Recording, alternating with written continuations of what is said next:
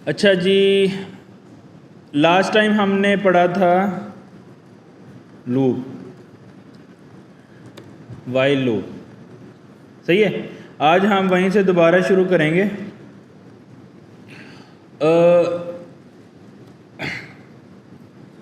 Loop की हमने definition ये पढ़ी थी कि अगर किसी ब्लॉक कैसे बनता है, कर्ली ब्रेसिस से, सही है। उसमें अगर मैंने वट एवर लॉग लगा दिया या कुछ भी किया, इस पर्टिकुलर ब्लॉक को मुझे रिपीट करना है, यानी कि बार बार रन करना है। जब जितनी दफ़ा भी रिपीट करना चाहूँ, उसके बाद नेक्स्ट लाइन जो है वो एग्जीक्यूट हो, तो मुझे इसके ऊपर जो कंट्रोल लगाना है उसको क्या बोलते हैं उसको लूप बोलते हैं। लूप मतलब इसको बार बार रन करो, बार बार चलाओ, कितनी दफ़ा चलाओ, ये डेफिनेशन हमने उसको बतानी है, सही है। तो हमने लास्ट टाइम जो है वाइल लूप किया था, उसमें क्या किया था, डेफिनेटली जब भी कोई भी हम कंट्रोल लगाते हैं, ये हमने सीखा है कि हम उसके आगे पैरेंथेसिस लगा देते हैं। फिर वाइल लूप हमने पढ़ा था, इस पर्टिकुलर जिस तरह हम इफ़ के कंडीशन में इफ़ में कंडीशन बताते हैं, सेम इसी तरह इसमें भी कंडीशन बताते हैं। जैसे जो है मैं बोलता हूँ कि अगर इंडेक्स जो है वो लेस देन है 10 के, डेफिनेटली इंडेक्स एक वेरिएबल है, इसको मुझे जो है वो डिफ़ाइन करना पड़ेगा। तो इसकी टाइप जो है वो नंबर कर लेता हूँ, क्योंकि इसमें नंबर होगा, तो इसकी वैल्यू है 1। अच्छा, जब भी हम लूप लगाते हैं तो हमारे पास उसमें एक प्रॉब्लम रहती है कि ये इन्फिनिट लूप ना बन जाए। इन्फिनिट लूप ये कि कभी भी लाइन नंबर 8 को एग्जीक्यूट ना करें। वो किस सिनेरियो में हो सकता है, अगर ये कंडीशन हम रोंग कर दें, ये कभी भी कंडीशन ट्रू ना हो, सही, ऑलवेज रोंग रहे, तो सॉरी ऑलवेज ये ट्रू रहे, रोंग ना हो, तो फिर क्या प्रॉब्लम होगा कि ये इन्फिनिट लूप बन जाएगा। अच्छा, अभी तक ये इन्फिनिट लूप है, क्यों? क्योंकि इंडेक्स की वैल्यू 1 है, हमेशा 10 से लेस देन रहेगी, कभी भी लूप ब्रेक नहीं करेगा, ये ऑलवेज चलता रहेगा। इसकी डेफिनेशन क्या है लूप की, कि जब तक ये कंडीशन ट्रू है, ये इसको चलाता रहता है, रिपीट करता है, रोकता नहीं है, सही है। अच्छा, हमने करना ये होता है कि हम कर देते हैं इंडेक्स के अंदर प्लस प्लस। अच्छा, प्लस प्लस शायद हमने नहीं पढ़ा था, इसमें मैं इसको पहले एक्सप्लेन कर देता हूँ आपको। इसको हम बोलते हैं प्रीफिक्स एंड पोस्टफिक्स ऑपरेटर। अच्छा, इसमें क्या होगा, पोस्टफिक्स इंक्रीमेंट ऑपरेटर में मैं आपको समझाता हूँ। अच्छा, मैं अब ये यहाँ पे लाइन लिखता हूँ इंडेक्स प्लस 1, सही है।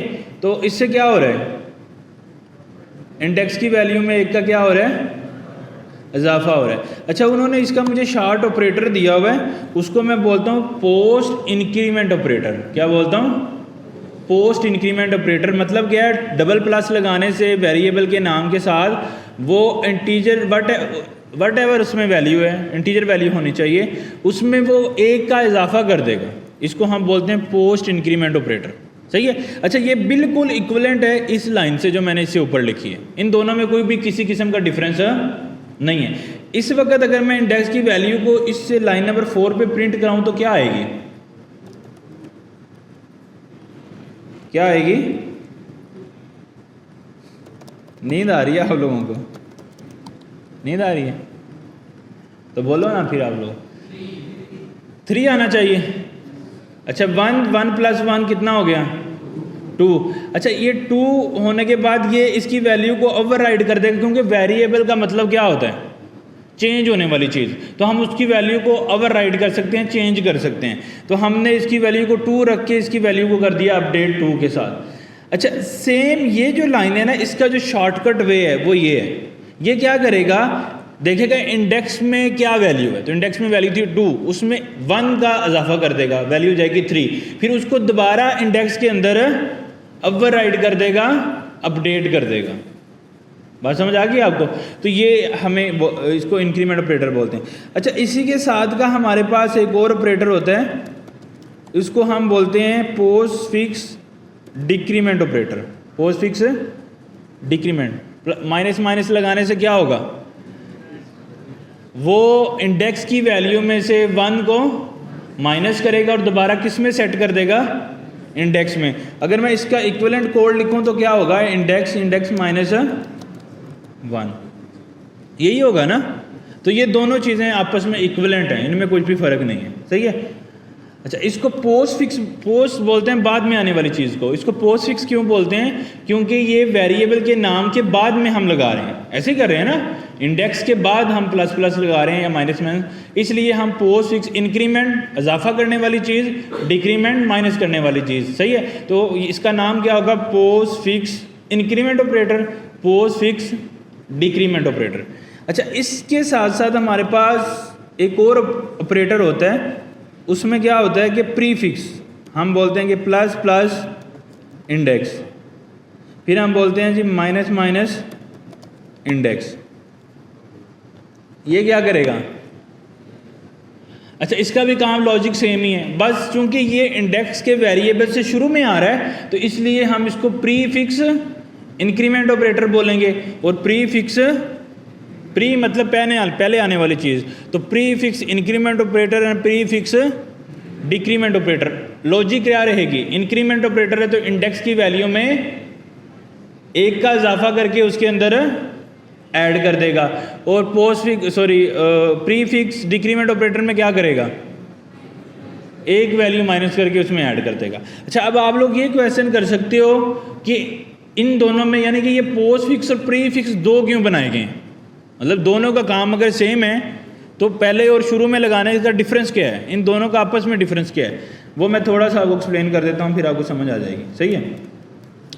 अच्छा, हम एक क्या करते हैं, एक और वेरिएबल बना लेते हैं रिजल्ट का, ठीक है, और उसकी टाइप भी होगी नंबर, और उसके अंदर मैंने कर दिया इंडेक्स प्लस प्लस। अच्छा, प्लस प्लस को देख लेते हैं, माइनस माइनस भी सेम काम करेगा। अच्छा, अभी आप लोग मुझे बताइएगा कि इस वक्त इंडेक्स की वैल्यू क्या होगी और इस वक्त रिजल्ट की वैल्यू क्या होगी? अब मैंने यानी कि increment post fix increment operator use किया है, जिसका काम क्या होता है? 1 का इजाफा करना। अच्छा, अब यहाँ पे हम चलो ये लाइन भी ख़त्म कर देते हैं ताकि आप लोग कंफ्यूज ना हो। अच्छा, अब इससे क्या हो रहा है कि इंडेक्स की वैल्यू 1 थी, इंडेक्स प्लस प्लस प्लस मतलब क्या हुआ? इंडेक्स की वैल्यू 2 हो गई। अच्छा, अब इंडेक्स में वैल्यू क्या जाएगी और रिजल्ट में वैल्यू क्या जाएगी, इसको हमें थोड़ा अंडरस्टैंड करना है। कौन बताएगा कि अब रिजल्ट में वैल्यू क्या होगी और इंडेक्स में वैल्यू क्या होगी?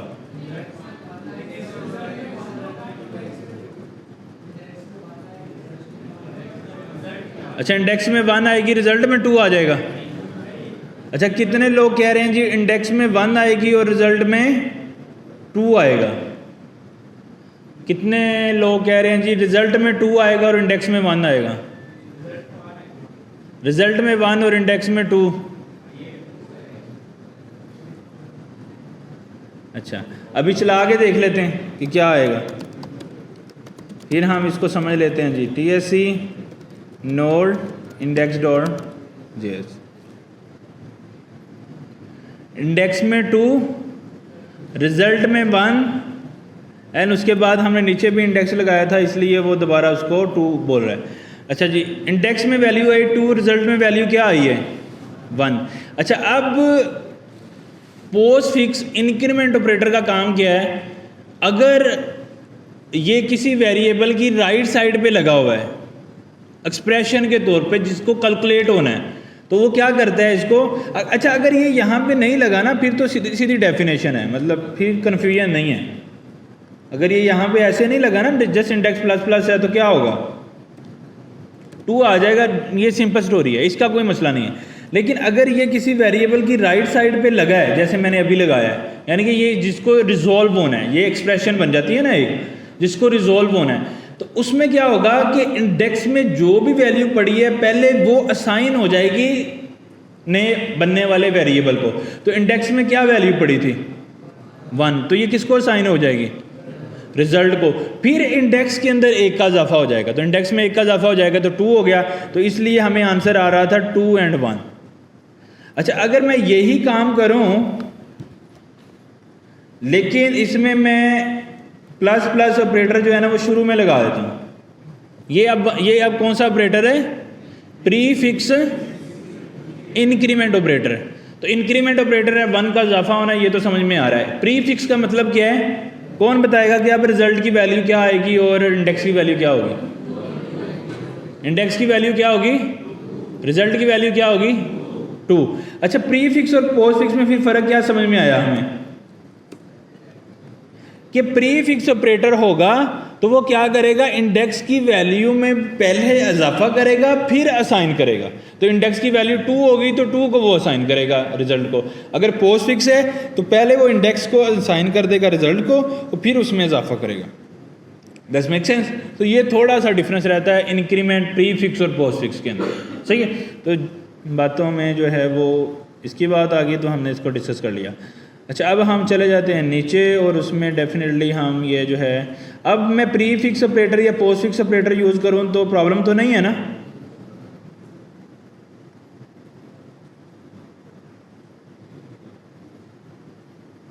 सॉरी। अच्छा, इसको हम ले जाते हैं यहाँ पे ताकि चीज़ें समझ आए।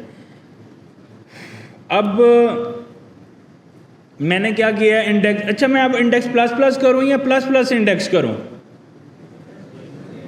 वट एवर, फ़र्क नहीं पड़ता है। उसकी रीज़न क्या है? एक का इजाफा करना है। अब यहाँ पे वेरिएबल की इनिशियलाइजेशन, जब किसी नए वेरिएबल की इनिशियलाइजेशन नहीं है फिर फ़र्क नहीं पड़ता है। पोस्ट लगाएं प्री लगाएं, वहाँ दोनों का मतलब सेम रहता है। फ़र्क कहाँ पे आता है? जब नए वेरिएबल को हमने असाइन करना होता है, फिर प्री फिक्स और पोस्ट फिक्स में फ़र्क है, अदरवाइज़ फ़र्क नहीं है। सही है? अच्छा, मैंने इंडेक्स की वैल्यू को लेस देन 10 कर दिया, उसमें इंडेक्स की वैल्यू को प्लस प्लस करके एक का इंक्रीमेंट कर दिया और नीचे कंसोल लगाया और ऊपर कंसोल लगाया। That's it. बात समझ आ रही है आपको? अच्छा, अब इसको हम चला लेते हैं। अब ये कब कितनी दफ़ा चलेगा ये लोग? 9 टाइम। क्यों भला? 1 से शुरू कर रहे हैं, लेस देन 10 चेक कर रहे हैं तो 9 टाइम चल जाएगा, तो यहाँ पे आ जाएगा। अगर मैं यहाँ पे इंडेक्स की वैल्यू को प्रिंट करूँ तो मुझे क्या नज़र आएगा? क्योंकि पहली दफ़ा इंडेक्स की वैल्यू 1 थी तो इसने क्या करना है? उसमें एक का इजाफा, फिर लूप ने क्या करना था? दोबारा चलाना था। तो अगली दफ़ा वैल्यू हमें 2 नज़र आएगी, 3 नज़र आएगी एंड सो ऑन। ये चलता जाएगा और हमें जो है ये लूप 9 टाइम जो है वो नज़र आएगा। 1 2 3 4 5 6 9। बात समझ आ गई आपको?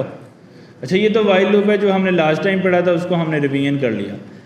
अब हमने क्या करना है इसके साथ? ये जो वाइल लूप है ना, इसी तरह का एक और लूप है हमारे पास, उसको हम फॉर लूप बोलते हैं। क्या बोलते हैं? For loop. अच्छा, उसमें भी डेफिनेटली हम एक क्या काम करते हैं, एक ब्लॉक बना लेते हैं। ब्लॉक में हमें कंडीशन लगा दी कंसोल डॉट लॉग, उसमें कंसोल करा दिया इंडेक्स। अभी ये कितनी दफ़ा प्रिंट होगा? एक ही दफ़ा, क्योंकि कोई कंट्रोल इसके ऊपर लगा नहीं है। अब इस पर हम लगाने लगे हैं कंट्रोल। पहले जैसे वाइल लगाया था उसकी जगह पे हमने अब क्या लगाना है? फॉर। सही है?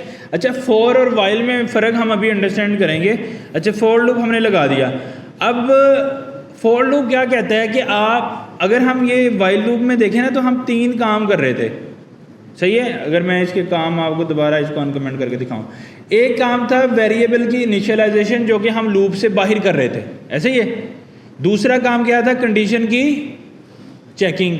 और तीसरा काम क्या था? इंक्रीमेंट या डिक्रीमेंट ऑपरेटर। सही है? तो हमने इंक्रीमेंट ऑपरेटर यूज़ किया था। तो एक्चुअली हम लूप में 3 काम करना ज़रूरी है। एक, वेरिएबल की इनिशियल वैल्यू सेट करना ज़रूरी है, वो 1 सेट करें, 2 सेट करें, वट।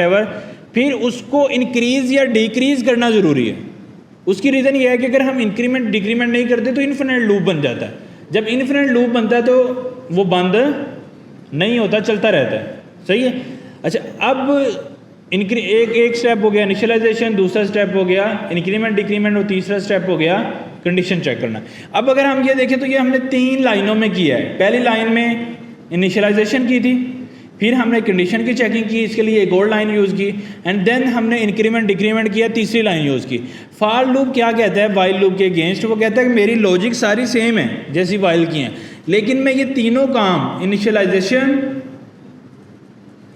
इंक्रीमेंट और कंडीशन चेकिंग एक सेम लाइन में कर सकता हूँ आपके लिए। जो आपने 3 लाइनें लिखी हैं ना, ये 3 लाइनें लिखने की ज़रूरत नहीं है, एक ही लाइन में मैं तीनों काम कर सकता हूँ। वो कैसे आप लोग देखिएगा। अच्छा जी, पहला काम वो कह रहा है मैं जो कर सकता हूँ वो ये है कि मैं आपके लिए वेरिएबल को इनिशियलाइज कर सकता हूँ। सही है?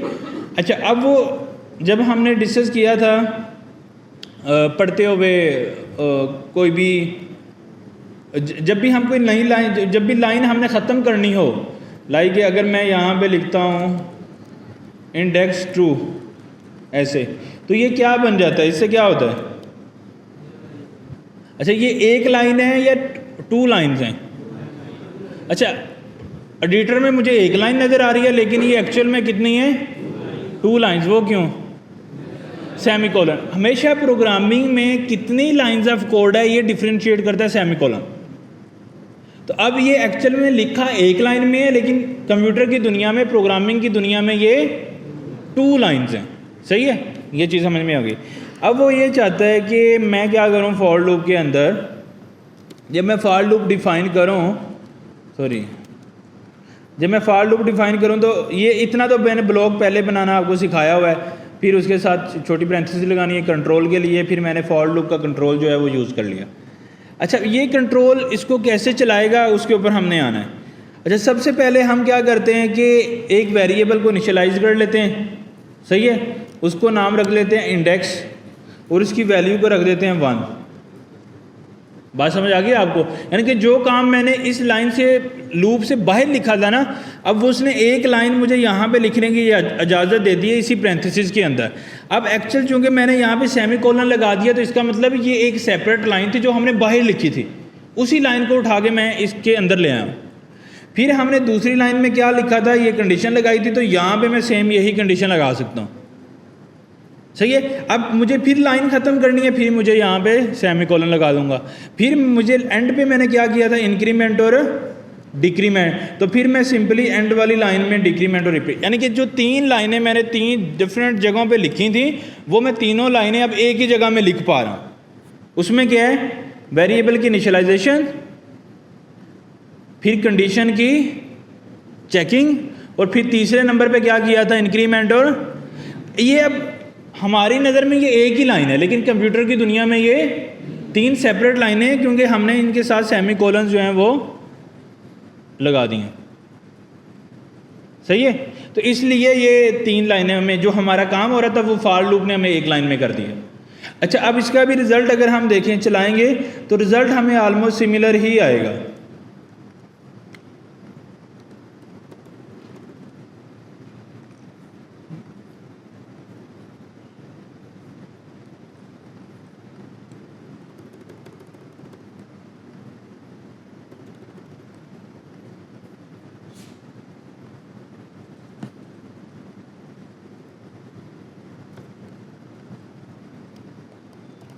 अच्छा, रिज़ल्ट सिमिलर आएगा। उस रिज़ल्ट में क्या है, सबसे पहले हमें TSC करना है, और रन करने के लिए नोड 1 2 3 4 5 6 9 7 8 9। तो अब ये सेम वही आ रहा है जो हमारे पास पहले रिज़ल्ट आया था। अब एक्चुअल में इस वाले कोड और इस वाले कोड में कोई फ़र्क नहीं है, बस फ़र्क ये है कि हमें वाइल लूप यूज़ करते हुए 3 लाइनों में काम करना पड़ रहा था, फॉर लूप में एक ही लाइन में करने की इजाज़त दे रहा है। That's it. सिंटैक्स समझ में आ रहा है ना? मैं दोबारा लिख देता हूँ। फॉर लूप, सबसे पहले ब्लॉक बनाना है। अब उस ब्लॉक में कोई भी हमें काम करना हो सकता है। मैं कंसोल लगाना चाहता हूँ, उसमें व्हाटएवर मैं अपना नाम लिख देता हूँ। सही है। अब उस कंट्रोल ये एक ही दफ़ा चलेगा। मैं चाहता हूँ ये 10 टाइम 5 टाइम कितनी दफ़ा भी रिपीट हो ये कोड, उसके लिए मैं कोई ना कोई कंडीशन लगाऊंगा, कोई ना कोई कंट्रोल लगाऊंगा। उसके लिए मैंने पैरेंथेसिस लगा ली। अब मैं वाइल लूप भी लगा सकता हूँ। वाइल लूप लगाने का मतलब ये है, ये भी रिपीट करेगा, फॉर लूप भी रिपीट करेगा। वाइल क्या करेगा, इसके लिए मुझे एक इससे ऊपर इनिशियलाइजेशन करनी है, इसके अंदर इंक्रीमेंट डिक्रीमेंट करना है, और इसकी पैरेंथेसिस में कंडीशन लिखनी है। इसमें ऐसा ऑप्शन नहीं है कि मैं यहाँ पे लेट इंडेक्स डिफ़ाइन कर लूँ और फिर सेमीकोलन लगा लूँ फिर आगे चीज़ें चलें, ऐसा ऑप्शन नहीं है इसके अंदर। सही है। तो इसका मतलब है कि ये तो नहीं चलेगा। अब मैं ये इसकी जगह पे लगाने लगा हूँ फॉर लूप। इसका फ़ायदा ये है कि 3 लाइनें मैं एक ही जगह पे लिख सकता हूँ।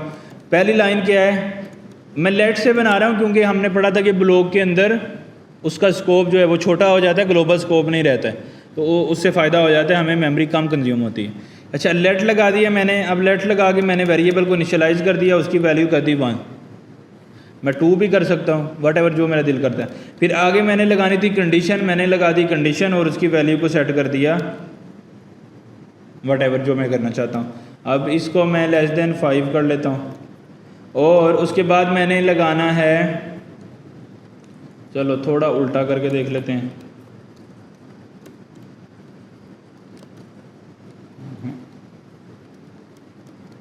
अब मैं यहाँ पे इंक्रीमेंट ऑपरेटर लगाऊं या डिक्रीमेंट,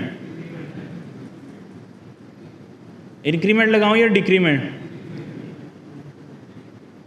अच्छा, रीज़न क्या है, अगर मैं इंक्रीमेंट लगा देता हूँ तो 10 ऑलरेडी 10 है इंडेक्स में, अब इसमें इंक्रीमेंट होगा तो क्या हो जाएगा 11, तो 11 बड़ा है 5 से, तो जब नेक्स्ट टाइम लूप चलेगा तो वैल्यू क्या हो जाएगी 12, तो 12 बड़ा है 5 से। क्या जब ये इंक्रीमेंट होता होता होता इन्फिनिटी तक चला जाएगा, क्या कभी ये छोटा होगा, कभी लूप बंद होगा? तो इसको कौन सा लूप बोलते हैं, इन्फिनाइट लूप। अच्छा, इसलिए मुझे यहाँ पे अब कौन सा ऑपरेटर लगाना है, डिक्रीमेंट ऑपरेटर। क्यों? क्योंकि वैल्यू 10 है इंडेक्स की, मैं उसको कम करता हुआ आऊँगा तो मेरी कंडीशन गलत होगी। अभी ये लूप कितनी दफ़ा चलेगा, कौन बताएगा?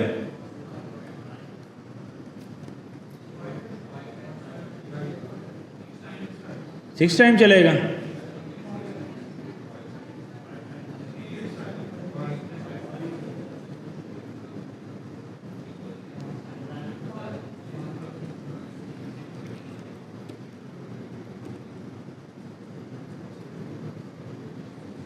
कितनी दफ़ा चला है? सही है। क्यों चला है? क्योंकि 10 से शुरू हुए और इक्वल टू हमने लगा दिया। अगर मैं ये ख़त्म कर दूं तो 5 टाइम चले। Make sense? तो समझ आ गई आपको। एक्चुअली कोई भी लूप लगाना है ना, वट एवर वाइल लूप है या फॉर लूप है, फ़र्क क्या है कि अगर जब हमने उसमें 3 चीज़ों का इस्तेमाल होता है किसी भी लूप में, वेरिएबल की इनिशियलाइजेशन, और वो कोई नंबर होना चाहिए 1 2 3 4 समथिंग, फिर हमारे पास कंडीशन होनी चाहिए जिसके ऊपर हमने उस लूप को रोकना है। नहीं रोकेंगे तो वो हमारे लैपटॉप को रोक देगा। सही है। और तीसरा मसला है इंक्रीमेंट डिक्रीमेंट। इन तीनों को यूज़ करते हुए हमें लूप बनाना है। समझ आ गई? सिंटैक्स फॉर लूप का समझ आ गया सबको? वाइल और फॉर लूप में भी फ़र्क क्या हुआ? फॉर लूप सिंगल लाइन में हमारा काम कर देता है और वाइल लूप में हमें कितनी लाइनें लिखनी पड़ती हैं? 3 लाइनें लिखनी पड़ती हैं। ये मेजर डिफरेंस है इन दोनों लूप्स का। सही है। तो इसके अंदर सिंटैक्स थोड़ा कम्पैक्ट है, ये हमें फ़ायदा मिल जाता है इससे। अच्छा, उसके बाद हमारे पास क्या ऑप्शन है?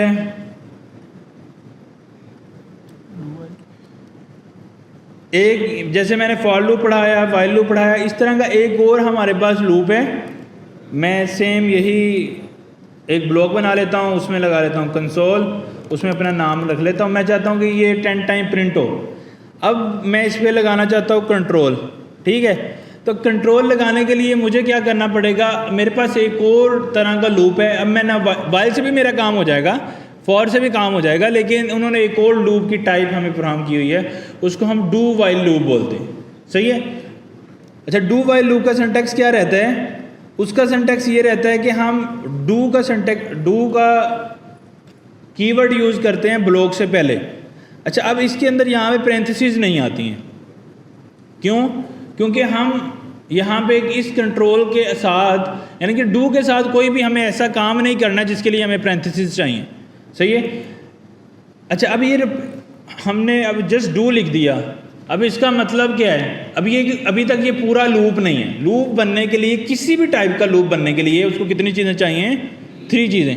वेरिएबल की इनिशियलाइजेशन, इंक्रीमेंट, डिक्रीमेंट और कंडीशन। ये 3 चीज़ें होंगी तो लूप वर्क करेगा, अदरवाइज नहीं। अच्छा, अभी ये लूप वर्क नहीं करेगा। हमने डिफरेंट टाइप का लूप पढ़ लिया, लेकिन ये वर्क नहीं कर रहा। इसको चलाने के लिए मुझे क्या करना पड़ेगा? ये डू वाइल क्या कहता है? कहता है कि डू, पहले काम करो फिर कंडीशन चेक करो। तो उसमें क्या होगा? जहाँ ब्लॉक ख़त्म हो रहा है ना, ख़त्म होने वाली जगह पे हमें लगाना है एक और कीवर्ड वाइल, और उसके साथ लगानी है हमें पैरेंथेसिस। सही है। और उसमें मुझे अपनी कंडीशन बतानी है। मैं बोलता हूँ कि इंडेक्स लेस देन है 10 के, और डेफिनेटली मुझे इंडेक्स की वैल्यू को इनिशियलाइज करना है बाहरी। ठीक है। और अभी तक क्या ये लूप कंप्लीट है? इसमें अभी 2 हिस्से कंप्लीट हो गए। कौन कौन से? इनिशियलाइजेशन भी होगी और कंडीशन भी। अच्छा ये ज़रूरी नहीं इंडेक्स रखना है, इसको आप आई भी रख सकते हो, वट एवर जो आपने A B C whatever जो इंडेक्स मतलब वो एक एक चीज़ काउंट होने वाली चीज़ को हम इंडेक्सिंग बोलते हैं, इसलिए हम इंडेक्स का वर्ड नॉर्मली यूज़ करते हैं। तो आप जे भी रख सकते हो, बी रख सकते हो, वट एवर। अच्छा ये तो वेरिएबल का नाम है ना, इसमें कोई कन्फ्यूजन वाली बात नहीं है। अच्छा अब आई लेस देन 10, ये अब इसमें प्रॉब्लम ये अभी भी इनफाइनाइट लूप है, क्योंकि इंक्रीमेंट डिक्रीमेंट अवेलेबल नहीं है। तो हमें अब लूप के अंदर इंक्रीमेंट डिक्रीमेंट भी लगाना है। तो इंक्रीमेंट लगाऊं या डिक्रीमेंट, सॉरी आएगा। तो इंक्रीमेंट लगाऊं या डिक्रीमेंट, इंक्रीमेंट लगाना चाहिए ना, क्योंकि आई की वैल्यू 10 है, दोनों तरह से गलत है। तो इसको यहाँ नहीं एक्चुअली 1 करना है ना हमें, फिर इंक्रीमेंट ऑपरेटर सही है, सही है। अच्छा अब सिंटैक्स क्या बना, अब डू वाइल लूप और वाइल लूप ये सेम ही है, यानी कि उसमें भी 3 लाइंस में कोड करना पड़ रहा है, डू वाइल के अंदर भी 3 लाइंस में इनिशियलाइजेशन लहदा है, डिक्लेरेशन लहदा है, और इंक्रीमेंट डिक्रीमेंट सेपरेट है, और कंडीशन भी सेपरेटली चेक हो रही है। अच्छा अब डू वाइल और वाइल लूप, अच्छा फार और वाइल में हमने देख लिया था, उसमें मेजर डिफरेंस ये है कि उसमें 3 लाइनों में करना पड़ रहा था, उसमें एक ही लाइन में हो रहा था। अब ये डू का क्या पंगा है, डू का पंगा इन दोनों से फ़र्क क्या है, एक फार लूप से तो इसका फ़र्क ये है ना, सीधा सीधा ये 3 लाइनों में है, वो सिंगल लाइन में है। अच्छा अब फार लूप के अलावा इसका वाइल लूप से क्या चेंज है, वाइल लूप से इसका ये चेंज है, या फार लूप से भी चेंज ये है कि अगर मैं कंडीशन कर दूंगा रोंग, अगर मैं कंडीशन कर दूंगा रोंग, मैं लिख रहा हूं 11, अच्छा 11 जो है वो लेस देन 10 है, यस नो, एक्चुअली 11 जो है वो लेस देन 10 नहीं है, तो इसका मतलब है कंडीशन है गलत। अच्छा अगर यही कंडीशन अगर गलत हो तो लूप चलता है, नहीं चलता ना। तो अभी मेरे पास क्या आना चाहिए आउटपुट, अच्छा अभी हम एक काम कर लेते हैं, इससे थोड़ी क्लैरिटी आपको आ जाएगी। हम डू वाइल लूप को अभी के लिए कमेंट करते हैं, और उसके साथ यहाँ पे एक वाइल लूप जो है दोबारा इनिशियलाइज कर लेते हैं, और इसको आई कर देते हैं, और यहाँ पे आई लगा देते हैं, और आई, ठीक है। चलो उसके साथ जो है वो मैं अपना नेम भी प्रिंट कर देता हूँ ताकि क्लैरिटी रहे।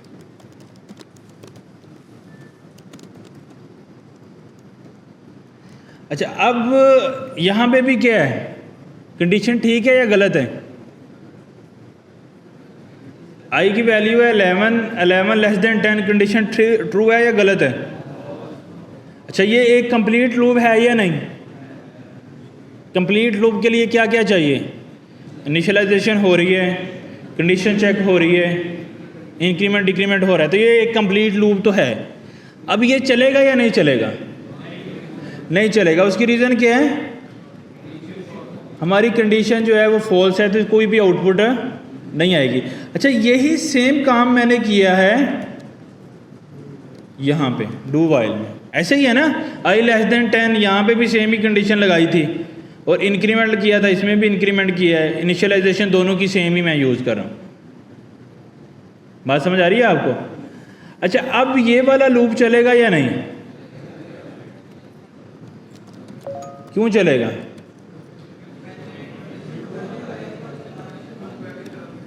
डू वाइल नवीद, एक्चुअली हुआ क्या है, चूंकि डू के अंदर हम कंडीशन बाद में चेक करते हैं, तो डू वाइल का बाकी दोनों लूप से एक मेजर डिफरेंस ये है कि इसने एट लीस्ट चलना ही चलना है, एट लीस्ट 1 टाइम चलना ही चलना है, वेदर कंडीशन ट्रू है या फॉल्स है।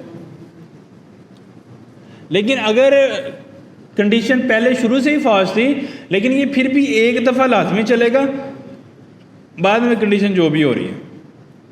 लेकिन अगर हम इसकी वैल्यू को सिंपली 1 कर देते हैं, तो अब ये लूप कितनी दफ़ा चलेगा,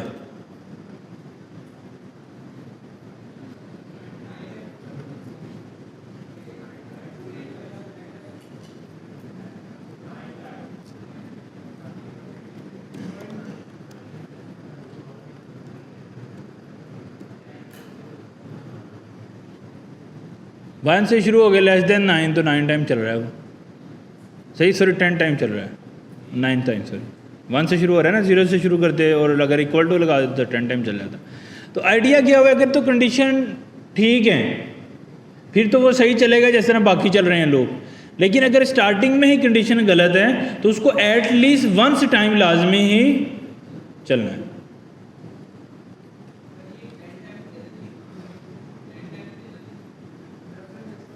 नहीं 10 टाइम नहीं चलना चाहिए ना, क्योंकि ये देखो इंक्रीमेंट डिक्रीमेंट नहीं हो रहा, वो कंडीशन चेक होने से पहले हो रहा है। बात समझ रहे हो? तो उसकी वैल्यू एक इंक्रीज हो जाती है उतनी देर में। तो डू वाइल और डू वाइल का फॉर लूप से क्या डिफरेंस है? 2 मेजर डिफरेंस हैं। कौन कौन से? एक तो do while loop at least once time लाजमी चलता है वेदर कंडीशन ट्रू है या, लेकिन फॉर लूप ऐसा नहीं करता। दूसरा, फॉर लूप एक ही लाइन में तीनों काम करता है, इनिशियलाइजेशन, कंडीशन और इंक्रीमेंट डिक्रीमेंट, ये 3 लाइनों में करता है। डू वाइल और वाइल लूप का क्या फ़र्क है? सेम वही जो फॉर लूप में है। अच्छा, इसमें लाइनें तो सेम ही हैं, लेकिन इसमें कंडीशन एक दफ़ा गलत है तो do while loop at least once time लाजमी चलेगा। सही हो गया? तो ये हो गया डू वाइल लूप का जो है चक्कर। तो अभी तक हमने जो है ना वो 3 लूप जो हैं वो सीख लिए हैं, डू वाइल लूप और फॉर लूप। अभी लूप्स और भी हैं छोटे छोटे फ़र्क हैं, लूप्स और भी हैं। डू वाइल क्यों नहीं जाएगी? लूप तो लूप ही होता है ना, जब कंडीशन ट्रू कर दी तो फिर ऑलवेज ही जाएगी। नहीं, जब कंडीशन ही देखो ना, ये भी रुकता है। कब रुकता है? जब कंडीशन गलत होती है। लेकिन अगर लेट्स सपोज आपने इसकी वैल्यू को रख दिया है, यहाँ पे आपने डिक्रीमेंट ऑपरेटर चला दिया, तो क्या हो गया? ये अब ये इन्फिनिट लूप बन गया। क्यों इन्फिनिट लूप बन गया?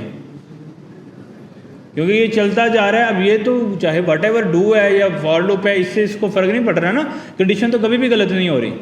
ये कंडीशन गलत होने पे अगर वेरी फर्स्ट कंडीशन गलत है तो एक दफ़ा चलता है, अगर इसकी वेरी फर्स्ट कंडीशन गलत ट्रू नहीं है फिर ये बिल्कुल सिमिलर हो जाता है बाकी लूप की तरह।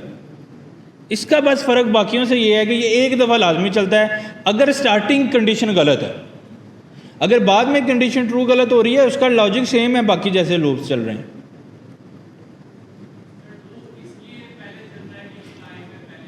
हाँ, डू इसलिए एक दफ़ा लाजमी चल जाता है चूँकि इसमें कंडीशन पहले चेक नहीं हो रही ना, कंडीशन एंड पे चेक हो रही है।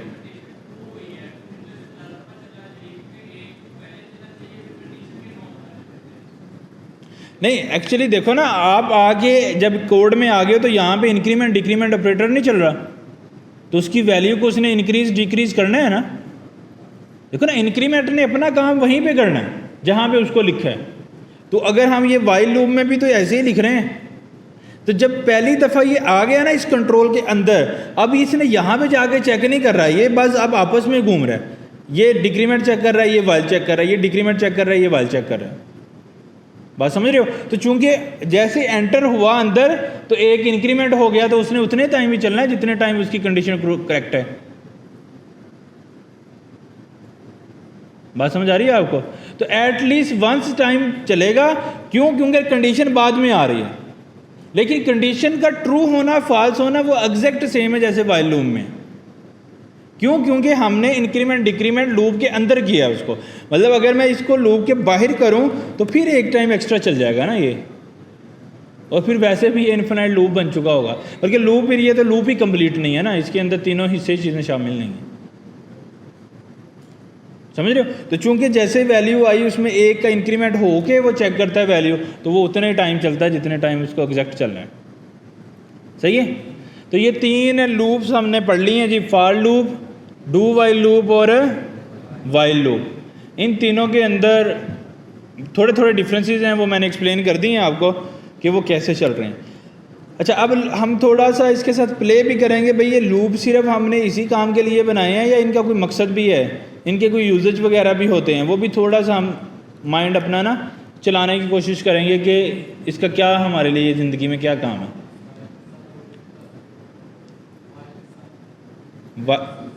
यहाँ पे आगे इसके नहीं ना, फिर से तो सिंटैक्स गलत हो जाएगा ना। ये वाइल लूप इसके लिए, यानी कि ये जो वाइल मैंने लगाया है ये डू वाइल लूप का पूरा पार्ट है। आप ये कह रहे हो कि मैं यहाँ पे इसको ऐसे कर दूँ, तो देखो ना ये एक्चुअली ये वाइल लूप नहीं है, ये वाइल डू का पार्ट है। तो डू में एक हिस्सा ब्रैकेट शुरू होने से पहले आता है, एक ब्रैकेट ख़त्म होने पे आता है, फिर वो दोनों मिलते हैं तो एक कंप्लीट लूप बनता है जिसको हम डू वाइल लूप बोलते हैं। तो अगर मैं इसका आगे नया ब्लॉक बना दूंगा फिर क्या होगा, फिर ये होगा कि ये अगले वाले का है या पीछे वाले का है। तो अगर आपने ऐसा करना है तो फिर आपको नीचे वाइल लूप सेपरेटली डिफाइन करना है ऐसे। ये दो आएंगे ना, ये वाइल इसका है डू वाले का और ये इसका है, क्योंकि अगर डू में अगर मैं वाइल ना लगाऊं तो फिर ये कंप्लीट लूप नहीं है ना, क्योंकि इसमें कंडीशन नहीं है। तो कंप्लीट लूप होने की मैंने 3 निशानियां आपको बताई हैं, इनिशियलाइजेशन, इंक्रीमेंट, डिक्रीमेंट और कंडीशन। अगर तीनों किसी भी लूप में नहीं है तो वो लूप नहीं है। बात समझ आ रही है आपको? तो ये तीनों होनी चाहिए, इसलिए ये अगर मैं नहीं लगाऊंगा तो वो कंप्लीट लूप ही नहीं बनेगा। All good?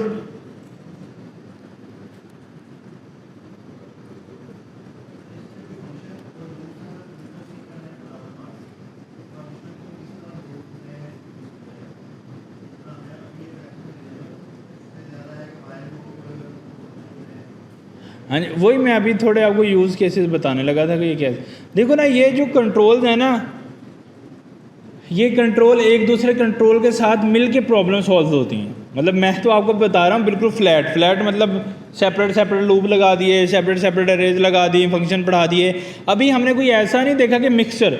एक्चुअल में जब हम प्रॉब्लम सॉल्व करते हैं तो फिर हम सारी चीज़ों का इस्तेमाल करते हैं, यानी कि कहीं पे एक ही ब्लॉक में लूप भी चल रहा है, कंडीशन भी चेक हो रही है, फंक्शन भी बन रहा है, अरे भी बन रही है, सारी चीज़ें। वो जब सारी चीज़ों का मिक्स करते हैं तो फिर एक पर्टिकुलर जो है वो रिज़ल्ट निकलता है हमारे पास। बात समझ आ रही है आपको? तो इसलिए यही तो हमारी टेक्निक्स हैं। अभी हमने सेपरेटली इसलिए किए हैं कि मुझे इसकी लॉजिक समझ आ जाए। देखो ना ये लूप यहाँ पे मैंने एक बना दिया फंक्शन, सही है, कुछ भी समथिंग। अब उस फंक्शन के अंदर मैंने लगा दी एक इफ़ के अंदर मैंने लगा दिया फॉर लूप, उस फॉर लूप के अंदर मैंने लगा दी एक अरे। अब मतलब ये उसके अंदर फिर मैंने एक और फंक्शन लगा दिया, उसमें फिर कंडीशन लगा दी। अब ये इतना कम्प्लेक्स हो गया कि इसको अंडरस्टैंड भी नहीं किया जा सकता। अच्छा, अंडरस्टैंडिंग हर एक की लॉजिक अभी भी सेम ही है, लॉजिक इस वक्त भी सेम ही है, चाहे ये एक दूसरे के अंदर कॉल हो रहे हैं। बात समझ रहे हो? इसलिए जब हम पढ़ाते हैं किसी भी प्रोग्रामिंग लैंग्वेज को, हम इनको फ्लैट यानी कि टॉप लेवल पे पढ़ाते हैं कि भाई फॉर ये कर रहा है, वाइल ये कर रहा है। क्यों? जब आपको नेस्टिंग में ऐसे पढ़ाऊंगा तो फिर भी इफ़ अगर ट्रू नहीं है तो फॉर लूप नहीं चलेगा। मतलब कंडीशन फिर वहीं पे वही चेक है ना। अगर ये कंडीशन ट्रू है तो लूप चलेगा, अगर कंडीशन ट्रू है नहीं तो लूप नहीं चलेगा। अगर ये लूप चल रहा है तो अरे बनेगी, अगर ये फंक्शन ही नहीं चल रहा है तो ये सारी तीनों चीज़ें आपस में नहीं चलेंगी। यानी कि अभी लॉजिक्स वही हैं। इस फंक्शन को हमने कॉल कहीं किया है? नहीं किया। जब फंक्शन को नहीं कॉल किया ये कंडीशन चल सकती है कभी? तो फंक्शन की वही लॉजिक है जो हमने पढ़ी थी कि इसका नाम लिख के इसको रन करेंगे तो फिर इसके अंदर वाला ब्लॉक चलेगा। क्यों? इसका ब्लॉक ये वाला है, ये चलेगा ही तब जब वो चलेगा। उसमें मैंने एक और इफ का ब्लॉक बना दिया है, वो तब चलेगा जब उसकी कंडीशन मेट होगी। अब लूप कब चलेगा? जब उसकी कंडीशन मेट होगी। तो इसका मतलब है मैं इसको जितना मर्जी नेस्टिंग में लेके जा सकता हूँ इन सारे काम। अब इसके अंदर जाके मैं एक और फंक्शन कोई कॉल कर सकता हूँ, समझ रहे हो? एक नया फंक्शन बना सकता हूँ। तो आइडिया क्या है कि मैं इसको जितना चाहूँ कम्प्लेक्स कर सकता हूँ, लेकिन अभी हम कम्प्लेक्सिटी में जाना नहीं चाह रहे क्योंकि फिर प्रॉब्लम हो जाएगी, समझ नहीं आएगी। अब अगर मैं इस कोड को आपको समझाने बैठूँ तो मुझे ईजी है। क्यों? क्योंकि सबसे पहले मैं बोलूँगा कि ये चलेगा कि ये नहीं, आपने कहना नहीं चलेगा। क्यों? हमने जी फंक्शन को कॉल ही नहीं किया। जी मैं बोलूँ जी फंक्शन को मैंने कॉल कर दिया तो अब क्या होगा? फिर आप बोलोगे कि भाई समथिंग कॉल हो गया, लेकिन अब ये हमने चेक करना है कि ये कंडीशन चल रही है या नहीं। अगर ये कंडीशन चल रही है तो ये लूप चलेगा, अगर ये लूप चल रहा है तो ये कितनी दफ़ा चलेगा, ये जितनी दफ़ा चलेगा ये उतनी दफ़ा रे बनाएगा। यानी कि वो सिंटैक्स, वो कंसेप्ट एग्जैक्ट सेम रहते हैं वट एवर हम इसको जिस भी कंट्रोल के अंदर बाहर लिख रहे हैं। बात समझ आ रही है आपको? तो ये मैटर नहीं करता है। ये अभी सिर्फ हमें ये ग्रिप लेनी है कि भाई वाइल लूप क्या है, फाइल लूप क्या है, डू वाइल लूप क्या है, एरेज क्या हैं, फंक्शंस क्या हैं, ताकि उनका माइंड के अंदर हमारे स्ट्रिक हो जाए ये चीज़ कि ये फंक्शंस चलते कैसे हैं, ये चीज़ें वर्क कैसे कर रही हैं। फिर जब ये समझ आएगा फिर उनके अंदर अंदर कॉलिंग भी समझ आएगी कि अच्छा ये इसलिए किया, ये इसलिए किया। अब ये मैं अब ऐसे नहीं लगा सकता इसके अंदर मेरे पास कोई रिक्वायरमेंट होगी तो मैं लगाऊंगा। अगर हो सकता है मैं ऐसा प्रॉब्लम सॉल्व कर रहा हूँ जिसमें सारी चीज़ें रूट लेवल पे ही आ रही हैं, हो सकता है ऐसा सॉल्व कर रहा हूँ जिसके अंदर लगाना उसका मजबूरी है मुझे। बस समझ रहे हो आप? तो ये चीज़ें फिर टाइम टू टाइम हमें समझ में आएंगे ना कि ये कैसे हमें सेटअप करना। अच्छा, अब अगर मैं आपको ये प्रॉब्लम देता हूँ कि 1 से लेके 100 तक जितने इवन नंबर है ना इसमें वो सारे सम करने हैं। 1 से लेके 100 तक जितने इवन नंबर हैं वो सम करने हैं। अब क्या करें जी, 2 निकाल लें, 4 निकाल लें, 5, 6 निकाल लें। अब निकालने बैठेंगे तो दिन गुजर जाएगा। अब इसको मैं 1 मिलियन करूं तो फिर कैसे निकालेंगे?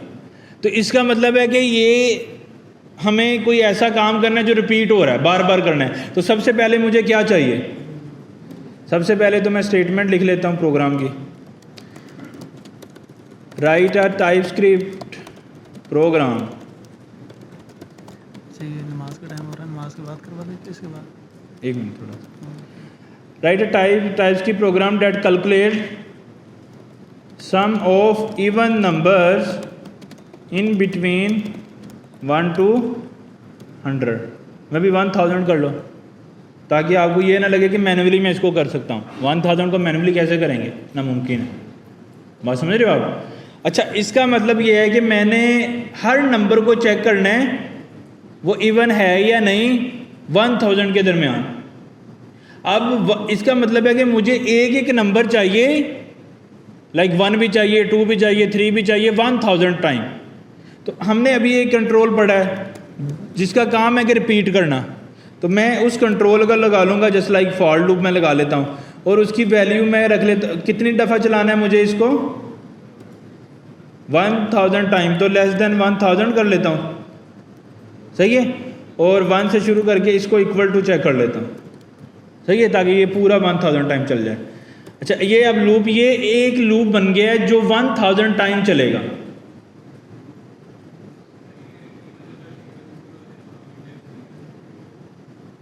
इंडेक्स 1 कर लो, 0 कर लो, मेरा दिल कर रहा है 1 करना है, क्योंकि मेरा दिल इसलिए कर रहा है, मेरी रिक्वायरमेंट है 1 से 1000 तक जाना है। तो अगर मुझे कहता कि 0 से 1000 तक जाना है तो मैं वैसे करता। तो मैंने तो रिक्वायरमेंट में रहना है ना, तो रिक्वायरमेंट कह रही है 1 से 1000 जाना है, तो मैं 1 से 1000 जा रहा हूँ, सही है। अच्छा, अब 1 से 1000 चले गए। अब मुझे करना है सम। अब मैंने ये सोचना है कि जो सम है वो कोई नंबर होगा, मतलब कोई वेरिएबल होगा जिसके अंदर सम सेव होगा। अब वो वेरिएबल मैं लूप के अंदर बनाऊं या बाहर बनाऊं? अब ये देखो ना, अभी एक प्रॉब्लम है मेरे पास, उसको मैं सॉल्व कैसे कर रहा हूँ ये थिंक करो। ये समझो कि मुझे पहली दफ़ा नज़र आई है। सबसे पहले मुझे ये कन्फर्म हो गया कि एक लूप चलेगा जो 1 से लेके 1000 टाइम चलेगा, वो मैंने लूप लगा लिया यहाँ पे। फिर जी that calculate sum of even number. अच्छा, इसका मतलब कोई सम होगा, को किसी देखो ना, सम के नंबर 2, 4, 6 ये किसी वेरिएबल में मुझे सेव करने पड़ेंगे। अच्छा, अब वो वेरिएबल में सेव करने के लिए मैं क्या करूँगा, यहाँ पे सिंपली एक वेरिएबल बनाऊँगा, सही है, और उसका नाम क्या रख दूँगा, सम। अब वो मैं लूप से बाहर बना रहा हूँ, वो क्यों? क्योंकि जब लूप सारा चल के ख़त्म भी हो जाएगा, मैंने सम को बाहर प्रिंट करना है, इस कंट्रोल के बाहर प्रिंट करना है। बात समझ रहे हो? तो इसलिए मैं सम को बाहर बनाना चाह रहा हूँ। उसकी वैल्यू कर देता हूँ नंबर, और उसमें वैल्यू रख देता हूँ 0 शुरू में, कि कुछ भी सम नहीं है, नल वैल्यू। अज्यूम कर लिया कि 0 सम है, सही है। अब मैं क्या कर देता हूँ कि सम के अंदर जो है इक्वल टू सम, सम जो भी पुराना था यानी कि 0 प्लस इंडेक्स। तो क्या होगा, सम की वैल्यू को मैं ओवरराइड कर रहा हूं, जो पहले सम की वैल्यू है यानी कि 0 प्लस 1, तो क्या आ जाएगा इसमें, दोबारा लूप चलेगा तो वैल्यू क्या हो जाएगी 2 हो जाएगी ना, इंक्रीमेंट नहीं लगेगा 2। तो इसमें पहले, अब इसमें क्या आ गया था उस वक्त पिछली दफ़ा 1, तो अब इसमें क्या है 2। 1 और 2 कितने हो जाएंगे 3, तो अब सम में क्या चला जाएगा 3। अब ये जब लूप अगली दफ़ा चलेगा तो इसमें 3 आ जाएगा, तो इसमें भी 3 था, 3 + 3 कितने हो जाएंगे 6, और 6 किसके अंदर चला जाएगा सम के अंदर। बात समझ रहे हो आप। तो अब देखो, अब मैंने एक ऐसी स्ट्रेटजी बना रहा हूँ कि किसको मुझे लूप के अंदर लगाना है, किसको मुझे लूप के बाहर लगाना है। अब ये मैं प्लानिंग्स कर रहा हूँ। क्यों प्लानिंग्स कर रहा हूँ? क्योंकि मैं प्रॉब्लम को सॉल्व कर रहा हूँ। अच्छा, अब ये जो प्रॉब्लम है, ये इवन ये नंबर तो ऐड सम कर रही है, लेकिन ये अभी हमारी रिक्वायरमेंट के मुताबिक नहीं है। क्यों? मैं आपको दिखाता हूँ। इसका जो सम आएगा वो हमारा जो रिज़ल्ट है वो नहीं होगा। वो क्यों नहीं होगा भला? क्योंकि इसमें इवन भी ऐड हो रहे हैं, और क्या हम कहीं ये चेक कर रहे हैं कि इवन नंबर का सम होगा? नहीं चेक कर रहे। हम तो सारे नंबर, जो भी नंबर आ रहा है उसका सम चेक करी जा रहे हैं। अब हमें क्या करना पड़ेगा, ये जो एक लाइन लिखी है इसके लिए मुझे एक कंडीशन लगानी पड़ेगी। अब मैंने एक फॉर लूप लिया, उसके अंदर एक और कंट्रोल लगा दिया, इफ कंट्रोल। अब मुझे ये जो लाइन मैंने लिखी थी ये मैं इसके अंदर ले जाऊंगा इसको। अब यहाँ पे मैं चेक करूंगा कि नंबर इवन है या ऑड है। उसका फार्मूला हमने क्या सीखा था, परसेंटेज डिवाइडेड बाय रिमाइंडर, उसका चेक कर लेंगे। अगर 0 है तो इवन है। अब सम वाली लाइन हर दफ़ा लूप चलने पे नहीं चलेगी। कब कब चलेगी? जब जब इंडेक्स इवन होगा, और जब जब इवन होगा वो हम सम करते जाएंगे। अब इससे हमारे पास रिजल्ट आ जाएंगे जी सम नंबर्स, कोई नंबर्स हमारे पास आ गए। बस समझ आ गई कि ऊपर से गुजरी। तो अब हुआ क्या कि मैंने 2 कंट्रोल को ऊपर नीचे कॉल कर लिया, यूज़ कर लिया। ऑल गुड, सबको समझ आ गई है कि ये क्या हुआ है। तो अब ये रन टाइम पे सोचा, और उसको अब मैं बोलूँ कि राइट अ टाइप की program that calculate sum of odd number, तो क्या करना है? नॉट इक्वल टू लगा दूंगा तो सारा काम बच चल जाएगा, बाकी सब कुछ सेम है। अच्छा, अब मैं बोलूँ कि राइट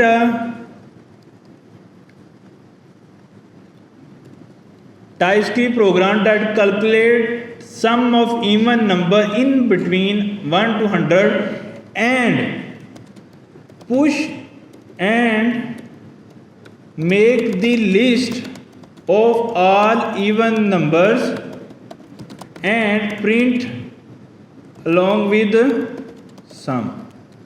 क्या कह रहा हूँ